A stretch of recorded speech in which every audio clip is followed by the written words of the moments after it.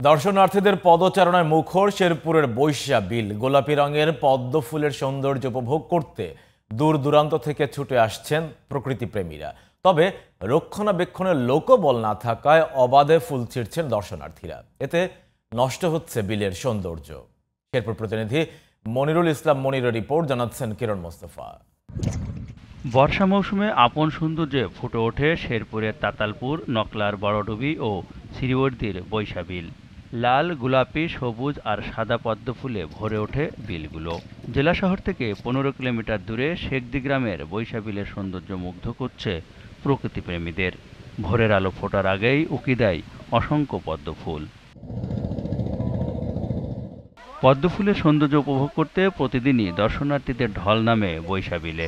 গোলাপি ও সবুজ পদ্মের মনোমুগ্ধকর দৃশ্য উপভোগ করেন ভ্রমণ পিপাসুরা। ফেসবুকে ভাইরাল হয়েছে পদ্মবিল হিসেবে। এখানে পদ্ম ফুল নাকি অনেক, এই পদ্মবিল দেখার জন্য এখানে আসছে। অনেকদিন যাবত শুনতেছিলাম যে এখানে সুন্দর পদ্মবিল আছে, তো যে কারণে আর কি এখানে আসা। তবে অবাধে ফুল ছড়ায় সৌন্দর্য হারাচ্ছে বিলটি। এছাড়া সড়কের বেহাল দশার কারণে সামান্য বৃষ্টিতেই দুর্ভোগে পড়েন দর্শনার্থীরা। পদ্ম অনেকগুলাই ছিল, আমরা এসে দেখেছি পদ্ম অনেকেই হাতে করে তুলে নিয়ে যাচ্ছে। প্রশাসনের কাছে আমাদের একটা দাবি যে এই পদ্ম ফুল সংরক্ষণের জন্য যেন সর্বাত্মক ব্যবস্থা করা হয়। রাস্তাটা ভালো না, যদি সরকার এটির দিকে দৃষ্টিপাত করে তো আমাদের মনে হয় যে পর্যটক সংখ্যা আরো বেড়ে যাবে।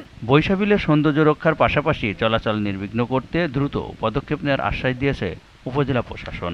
তারা যেন পদ্ম না তুলে এই কার্যক্রম আমরা জারি করব। ইভেন একই সাথে এই পদ্ম তোলা রোধ করার জন্য আমরা চেয়ারম্যান সাহেবের সাথে সহযোগিতা করে পাহারাও বসাবো। তবে আশ্বাস নয়, বৈশা বিল সহ প্রতিটি পর্যটন কেন্দ্রের সৌন্দর্য রক্ষায় দ্রুত বাস্তবায়ন চান প্রকৃতিপ্রেমীরা। কিরণ মোস্তফা, জিটিভি নিউজ।